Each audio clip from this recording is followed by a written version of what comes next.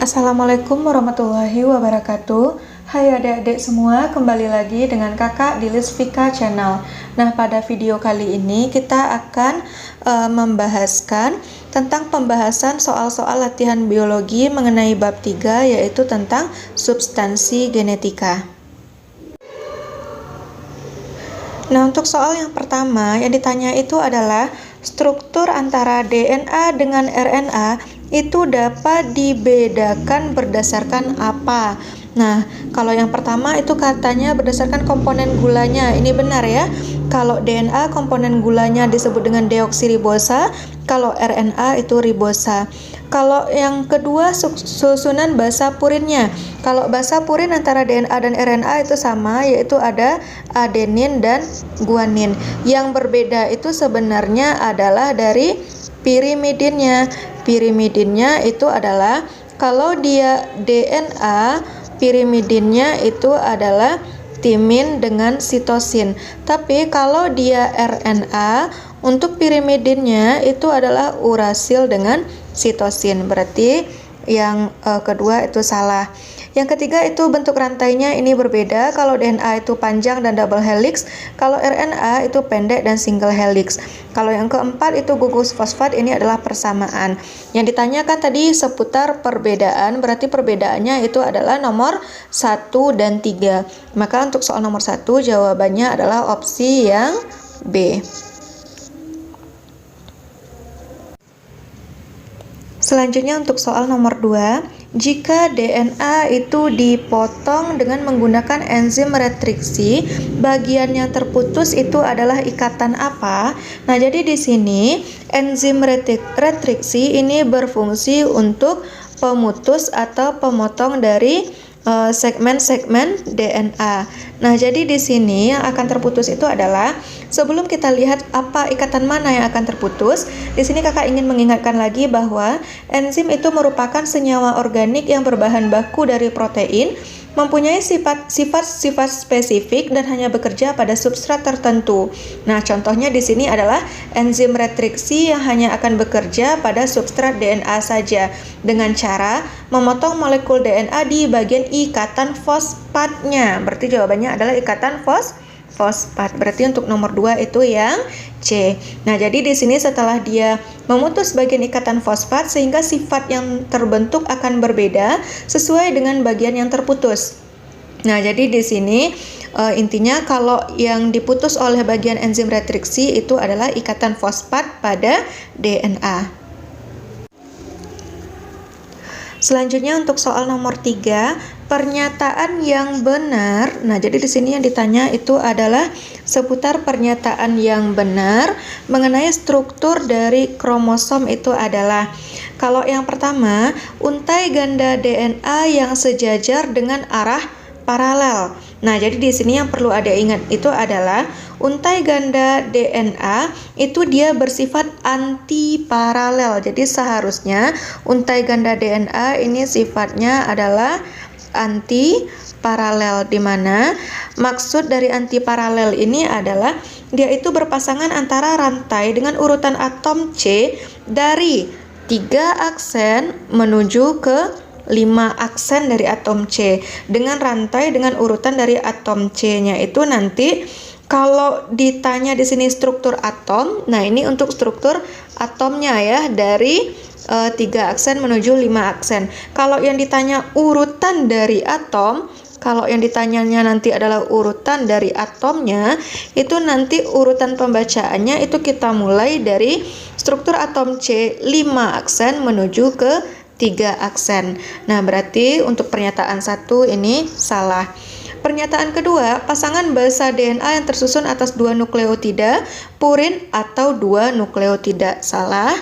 Yang ketiga, untai ganda DNA terbentuk dengan urutan atom C. Katanya di sini urutan atom C.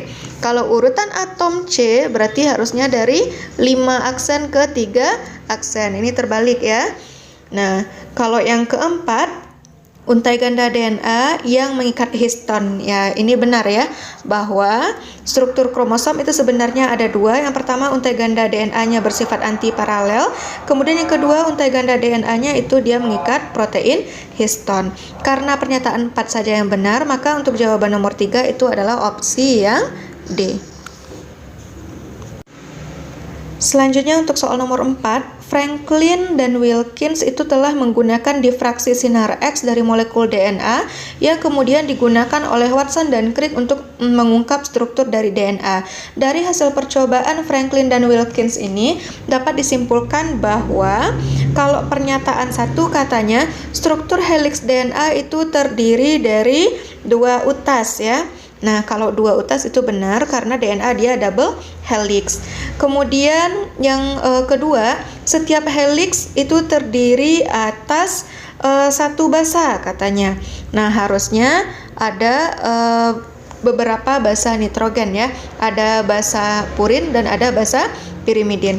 Kemudian yang ketiga, diameter DNA itu sama sepanjang molekul DNA, ini benar. Kalau yang keempat, rangka gula fosfat itu ada dalam struktur DNA. Nah, ini kurang tepat ya, karena ini berupa kesimpulan dari percobaan Franklin dan Wilkins. Yang perlu adik-adik ingat di sini adalah model DNA hasil penelitian Franklin dan Wilkins itu dia berupa double helix ya. Nah, jadi di sini dia itu double helix atau untai ganda ya. Nah, jadi di sini untaiannya itu ada 2. Ada yang kita sebut dengan ibu tangga, ada yang kita sebut dengan ibu tangga, ada yang kita sebut dengan istilah anak tangga. Nah, siapa yang kita ibaratkan sebagai ibu tangga? Ini adalah komponen fosfat dan gula pentosa. Sedangkan yang kita ibaratkan sebagai anak tangga, ini dia adalah basa nitrogen. Nah, inilah kesimpulan dari hasil percobaan Franklin dan Wilkins. Nah, jadi di sini untuk soal nomor 4, pernyataannya benar itu hanya pernyataan 1 dan 3, maka jawaban yang tepat itu adalah opsi yang B. Berikutnya untuk soal nomor 5, ini katanya bicara tentang ikatan hidrogen pada molekul.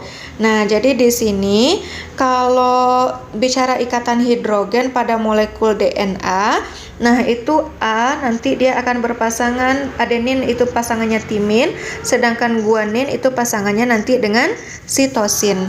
Nah, jadi di sini pasangan basa terbentuk dengan adanya ikatan hidrogen. Jadi mereka ini terbentuk karena adanya ikatan hidrogen.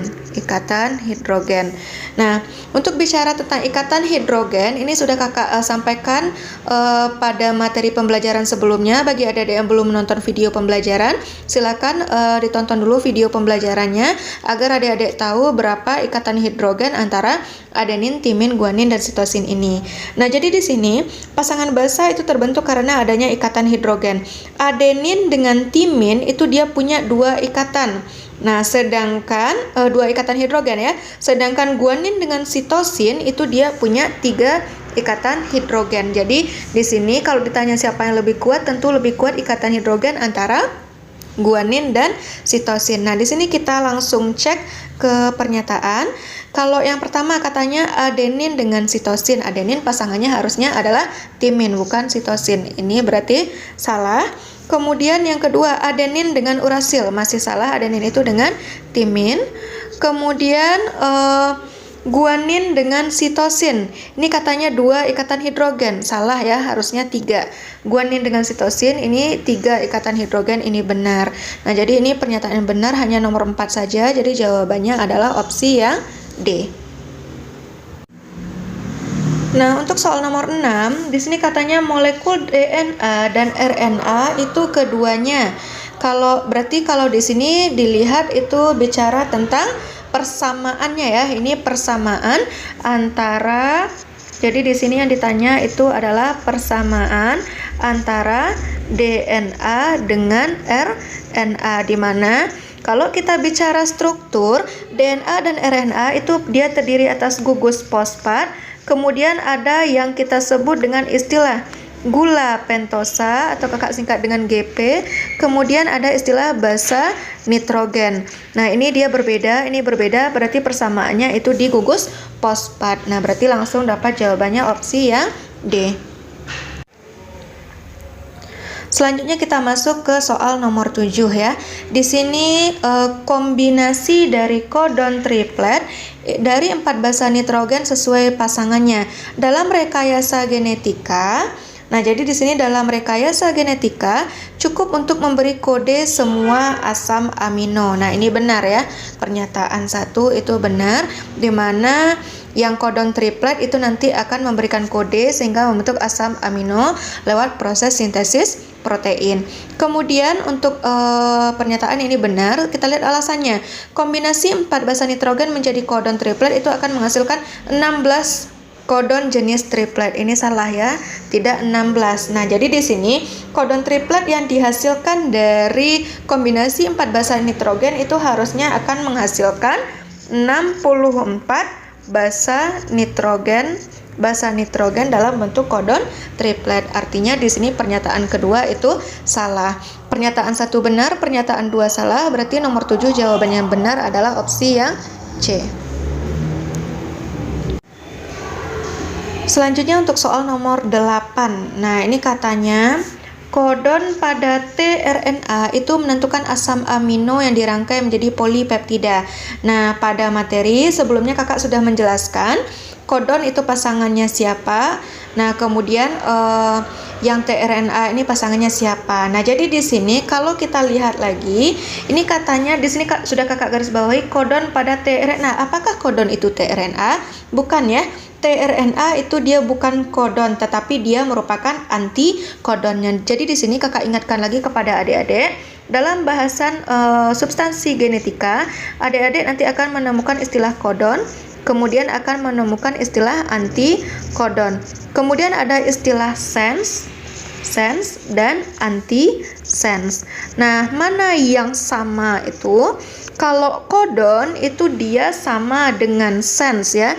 Kodon itu dia sama dengan sense, sedangkan antikodon sama dengan sense, sedangkan kodon itu dia sama dengan antisense. Nah, jadi di sini kalau di soal katanya kodon itu pada tRNA, katanya kodon itu pada tRNA. Harusnya tRNA itu adalah antikodon. Nah, jadi di sini yang perlu adik-adik ingat itu adalah tRNA itu sama dengan antikodon dan sama dengan sense. Sedangkan kodon itu dia sama dengan antisense dan sama dengan mRNA atau RNA duta. Nah, ini kata kunci yang perlu adik-adik ingat ya, sehingga langsung dapat kita simpulkan bahwa pernyataan 1 ini salah. Kodon itu bukan pada tRNA. Sedangkan untuk poin yang alasannya ya, di sini pada proses translasi tRNA dia membawa asam amino yang sesuai dengan antikodon pada mRNA. Nih, antikodon pada mRNA. Harusnya yang antikodon itu adalah tRNA. Ini juga salah, sehingga jawaban untuk nomor 8 itu adalah opsi yang E. Nah, selanjutnya untuk nomor 9 lagi ya. Katanya di sini pada translasi ribosom nih. Pada saat translasi, ribosom mengandung mRNA dan terdapat di dalam sitoplasma sel. Apakah pernyataan ini benar? Nah, jadi kita lihat lagi, seharusnya di sini kalau bicara pada saat proses translasi ribosom itu dia mengandung mRNA dan terdapat dalam sitoplasma sel. Ini benar ya. Kemudian untuk alasan mRNA di dalam ribosom itu dia membawa antikodon yang digunakan untuk proses sintesis protein. Nah, ini salah ya. Kenapa salah? Nah, jadi di sini seharusnya itu adalah mRNA dalam ribosom membawa kodon harusnya di sini ya. Kalau di sini kan antikodon katanya, harusnya itu dia membawa kodon. Jadi pernyataan 1 benar, alasannya salah, maka jawaban yang tepat untuk soal nomor 9 adalah opsi yang C. Berikutnya untuk soal nomor 10 yang ditanya adalah pernyataan yang benar tentang struktur dari dinukleotida utas ganda DNA adalah sebagai berikut. Nah, gugus fosfat. Nah, sebelum kita lihat untuk pernyataan, di sini kakak akan memberikan sedikit catatan penting mengenai untuk soal nomor 10 ini. Nah, jadi di sini yang perlu adik-adik ingat itu adalah untuk untai ganda DNA, gugus fosfatnya itu dia terikat pada atom C5 dan atom C3. Nah, itu yang perlu adik-adik ingat. Kemudian yang kedua, untuk basa nitrogennya kakak singkatkan dengan BN di sini ya. Untuk basa nitrogennya itu dia terikat pada jenis atom C1. Dia terikat pada atom C1 dan antar basa nitrogen itu dia membentuk ikatan hidrogen. Nah, jadi di sini antara basa nitrogen itu terdapat yang kita sebut dengan istilah ikatan hidrogen. Nah, jadi inilah poin-poin penting yang perlu adik-adik ingat sehingga kita bisa menjawab soal nomor 10. Oke, langsung kita lihat untuk soal nomor 10. Katanya gugus fosfat terikat pada atom C5 deoksiribosa pertama. Ini salah ya. Kemudian yang kedua, basa nitrogen itu terikat pada atom C1 deoksiribosa. Nah, ini juga salah. Gugus fosfat terikat pada atom C3 deoksiribosa kedua. Ini salah. Kemudian untuk basa nitrogen membentuk ikatan hidrogen, ini kurang tepat. Yang tepat itu adalah antara basa nitrogen itu dia membentuk ikatan hidrogen. Nah, jadi di sini tidak ada pernyataan yang tepat sehingga jawaban untuk soal nomor 10 itu adalah opsi yang E. Selanjutnya untuk soal nomor 11, organel sel tumbuhan berpembuluh itu mengandung DNA. Nah, jadi di sini letak dari DNA itu di mana saja? Letaknya itu di 3 tempat penting. Yang pertama di nukleus atau bagian inti sel, yang kedua itu di bagian mitokondria yang berperan untuk proses respirasi, dan yang ketiga itu dia terletak pada bagian kloroplas. Sehingga jawaban yang tepat untuk soal nomor 11 itu adalah opsi yang E. Oke, sekarang kita masuk untuk soal ini nomor 12 ya, maaf. Nah, jadi ini kita masuk ke soal nomor 12. Katanya di sini untai DNA rantai ganda itu terdiri dari 10 pasangan basa itu nanti akan memiliki. Nah, jadi di sini sebuah DNA rantai ganda tersusun atas pasangan nukleotida, di mana nukleotida itu tersusun atas gugus fosfat, gula pentosa, dan basa nitrogen. Jika sebuah untai DNA rantai ganda punya 10 basa nitrogen, nah, jadi di sini artinya dia punya 20 gugus fosfat. Nah, jadi artinya di sini dia punya 20 gugus fosfat dan juga ada 20 gugus gula pentosanya. Nah, jadi di sini pernyataan yang tepat itu berarti jawabannya ada 20 ikatan fosfat. Kemudian di sini juga ada 10 pasang nukleotida, iya ya. Nah, karena satu nukleotida tadi dia terdiri atas 1 fosfat, 1 gula pentosa, dan ada 1 basa nitrogen. Nah, ini dia ya. Jadi jawaban yang tepat itu adalah 2 dan 4, maka opsi yang tepat itu adalah yang C. Selanjutnya kita masuk ke soal nomor 13. Apabila kita melakukan perhitungan terhadap jumlah adenin, timin, guanin, dan sitosin pada molekul DNA, maka dapat kita ketahui untuk jumlahnya bagaimana. Nah, jadi di sini yang perlu adik-adik ingat itu adalah DNA itu tersusun atas basa nitrogen yang terdiri atas purinnya itu adalah adenin dan guanin, sedangkan pirimidinnya itu adalah timin dan sitosin ya. Nah, jadi di sini pada DNA guanin itu dia berpasangan dengan sitosin. Jadi kalau dia guanin, dia berpasangannya nanti dengan sitosin. Atau artinya purin itu pasangannya dengan pirimidin atau sebaliknya. Pirimidin itu pasangannya dengan purin. Nah, berarti kalau adenin pasangannya adalah timin ya. Kemudian di sini berarti artinya kalau G itu berpasangan dengan C, maka jumlahnya itu akan sama. Jumlah guanin nanti akan sama jumlahnya dengan sitosin, begitu juga dengan jumlah adenin dengan timin. Oke, kita langsung cek di sini. Katanya adenin jumlahnya sama dengan timin. Adenin jumlahnya itu sama dengan timin. Oke, ini benar. Guanin dengan sitosin itu jumlahnya sama, ini benar. Purin sama dengan jumlah pirimidin. Iya ya. Mana yang purin di sini? Yang purin itu adalah yang adenin dengan guanin. Ini kan tergolong kepada basa purin ya. Sedangkan untuk timin dan sitosin ini dia masuk kepada basa pirimidin. Berarti di sini jumlah perbandingan antar pasangannya itu sama. Kemudian kalau yang keempat, timin itu sama dengan guanin. Timin dia tidak berpasangan dengan guanin. Jadi pernyataan yang benar itu adalah 1, 2, dan 3. Maka jawaban yang tepat itu adalah opsi yang A. Oke, baiklah adik-adik, sekian dulu pembahasan soal kita tentang materi substansi genetika. Semoga bermanfaat bagi adik-adik semua.